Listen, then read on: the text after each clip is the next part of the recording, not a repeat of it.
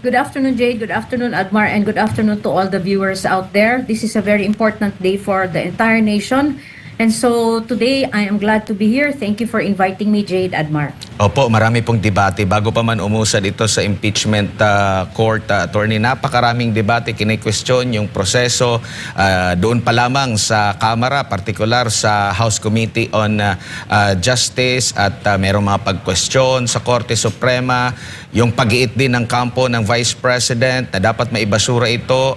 Yung pag-iit niya ay nandun na sa Senate Impeachment Court. Ano po ang overall basa po ninyo dito sa kasalukuyan pong mga pangyayari bago pa man ang mismong pag-uumpisa ng pagdinig po, attorney?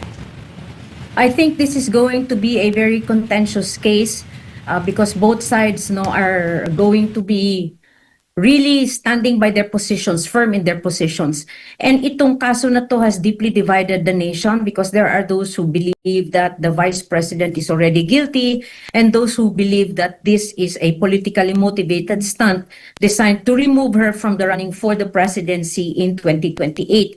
So sa ngayon, I think the entire nation is really looking at this because this is going to be a very important part of our political and legal landscape in the next few months.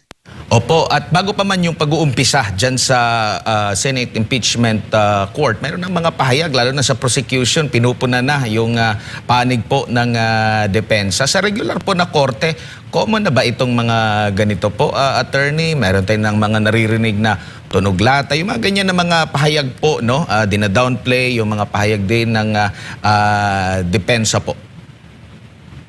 Actually, when I was looking at the news, most of the news that I checked, most of them talaga are some are openly pro-admin, pro-prosecution, some are subtly pro-prosecution. Very few are fair and unbiased regarding what is happening now, no? And I think, no, we should just let the process follow up, the process proceed. Kung ano man ang mangyayari, we will let the prosecution give their evidence, if any, and we will let the defense answer this evidence if they also have evidence against the prosecution's evidences. Pero sa ngayon, I think that this is, since this is already supposed to be sub judice, what do I mean by sub judice? Sub judice is when the case is already in court, the parties can no longer give any opinions regarding what is happening to the case, but can only give factual statements on what is about to happen. So here, before pa man mag-start ito, I would just like to hope that all the parties will not make any personalities, no? But just rely solely on the legalities of what is happening here. Now, yung mga sinasabi, meron ako nakita na they will make sure that the president is impeached. Well, from the prosecution side, we will just have to see what their evidence is. Because on the other hand, the Vice President's defense team has been saying that the case is unconstitutional and there are due process questions that need to be answered. Now, sinasabi ng prosecution na itong mga questions na to, ito yung pinagsasabi niya noon pa man doon sa Committee on Justice hearings, and this is just a rehash. But again, the questions that are posed there by the defense may actually have a very important bearing later because this will probably go all the way to the Supreme Court. Opo, pero yung mga pahayag na yun po na sabi nyo nga po parang pwedeng mapasok na sa sub judice, patunay po yun sa political process na kaakibat po nitong impeachment trial po na ito, attorney? I'm sorry, I didn't quite get you. Kumbaga parang ito yung isa sa mga senyales na talagang itong impeachment trial ay hindi kagaya sa regular court, kundi may halong political process. Actually, an impeachment is a legal, let me see my notes ha. Okay. While an impeachment process is political in character, it is primarily, according to the Supreme Court, a legal and constitutional process subject to judicial review, especially when grave abuse of discretion or violation of constitutional right is alleged. And ito yung mga ina-allege ni Vice President Sara Duterte. There are grave abuse of discretion or violation of constitutional rights in her answer to the articles of impeachment.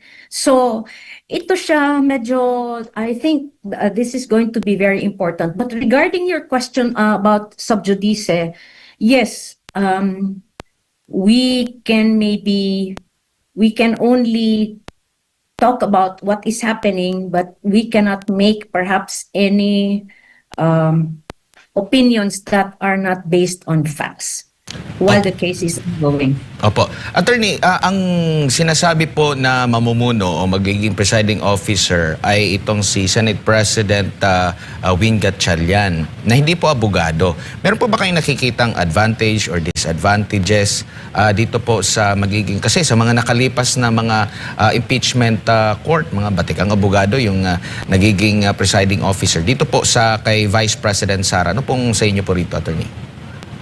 Well, actually, since this is a very important proceeding in our legal landscape and political landscape, mas maganda sana kung ang ating presiding officer for the impeachment trial is a lawyer, because the lawyer will have knowledge of the subtleties and the technicalities of law. But hindi naman kasi yan required under the Senate rules on impeachment.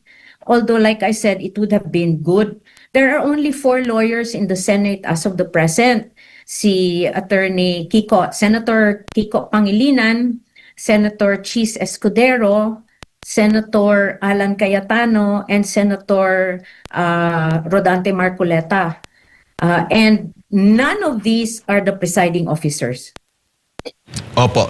Obligado ba ang pangalawang Pangulo, baka kasi gawin na ng mga issue po ang first day ng impeachment trial, obligado ba ang pangalawang Pangulo na dumalo, may notice po na ipinadala po sa kanya?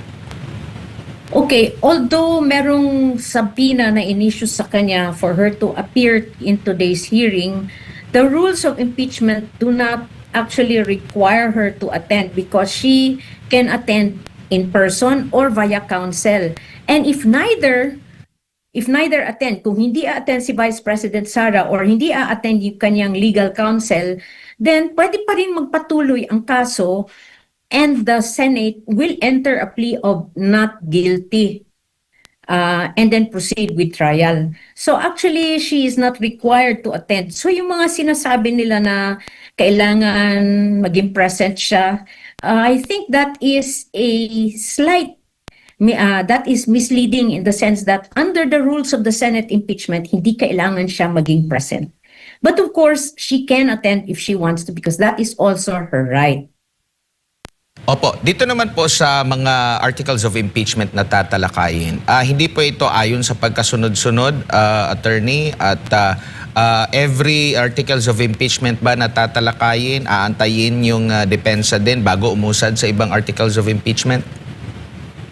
Well, supposed to be, it's that way, because if we're going to go by the articles, I think they will start with Article 4, which is on the culpable violation of the Constitution, high crimes, betrayal of public trust. Kasi nga, threatened daw niya si President Bongbong Marcos, First Lady Lisa Araneta Marcos, and si Congressman Romualdez. And she incited to sedition by saying na she allegedly made public statements that contracted an assassin to kill the 3 people should she die. But, and then, I think after that, Article 1, which has something to do with, again, culpable violation, graft and corruption, betrayal of public trust, alleged misuse of the 612 million pesos. And then, after that, susunod yata yung Article 3, which is bribery, graft and corruption, culpable violation of the Constitution when she distributed monetary gifts allegedly to high-ranking DepEd officials to circumvent procurement and related laws, no? And then, ang Article 2 is the last. Ito yung unexplained wealth, alleged unexplained wealth niya, failure to fully disclose her assets from her 2022 to 2024 statements of assets, liabilities, and network, and then failure to divest business interests when she was in office. I think this should be, if this is going to be done article by article, then the prosecution should present its evidence. The defense is allowed to cross-examine and then also present their evidence. That is my understanding. But like I said, I do not know if they are going to amend anything today. Kasi nga may mga supervening events na nangyari this morning as I understand it. Opo.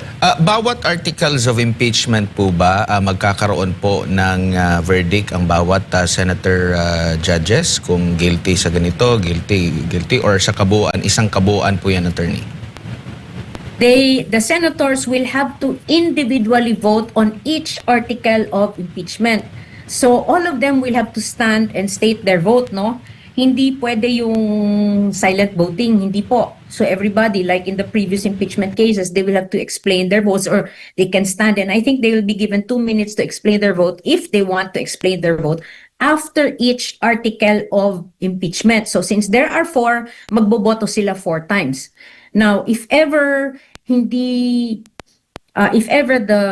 Senate cannot get the 2/3 majority for each vote, then acquitted si Vice President Sara. However, if even for one article of impeachment, makakuha sila ng 2/3 votes of all the members of the Senate, then she will be convicted of impeachment. So, yeah. kahit saan dito sa 4 na ito, pag napag-decide na merong paglabag dito sa isa lamang sa articles of impeachment, automatic na impeach na ang Pangalawang Pangulo?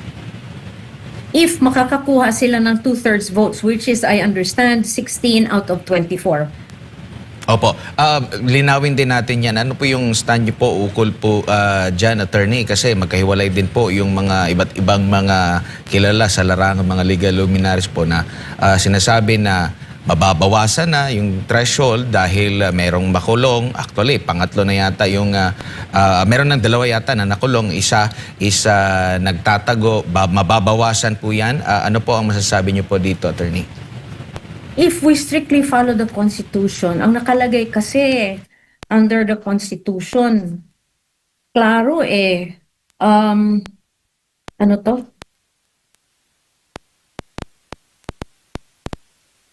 Talihan. No person shall, under Section 3, Article 11 of the 1987 Constitution, Section 3, ang nakalagay kasi, no person shall be convicted without the concurrence of 2/3 of all the members of the Senate. So, dito maghihinge yung all the members of the Senate. But if the law is clear, as the Supreme Court said in the very recent case of Duterte versus House of Representatives, then you give the clear meaning to the provision of law. So, klaro man ito, no person shall be convicted without the concurrence of 2/3 of all the members of the Senate. Now, my understanding is that as of the present, there are 24 members of the Senate. So, to get the vote, dapat 16. May nagka-claim kasi in the case of Avellino versus Cuenco na mabababaan yan. But when I looked at that case, and later on, the case of, let me see, the case of Santiago versus Gingona, in a 1998 case po ito. In the Avellino versus Cuenco is, I think, a 1949 case. At the time, it was simpler then. That case, I think, was regarding attendance, no? And ang sabi ng Supreme Court, they will not disturb the proceedings of the Congress because it was internal. But in the case of Santiago versus Gingona et al., which is a 1998 case, at saka unbanked din ito na Supreme Court decision, okay, sabi nila, they can, when no provision of the Constitution, the laws, or even the rules of the Senate has been clearly shown to have been violated, disregarded, or overlooked, grave abuse of discretion cannot be imputed to Senate officials for acts done within their competence and authorities. Pero ito yung exceptions. That when no provision of the Constitution has been clearly shown to have been violated, disregarded, or overlooked. And Article 2, Section 3, if I'm not mistaken, Section 3F says 2/3 of all the members of the Senate. Hindi po sinabi na 2/3 of the members present in the Senate. Ang sabi, all the members of the Senate. So my understanding is that since this is a constitutional provision, this should be followed. And in the Senate rules on impeachment, klaro po ito, nakalagay din po sila, nakalagay po doon sa kanilang rules on impeachment. Ano to?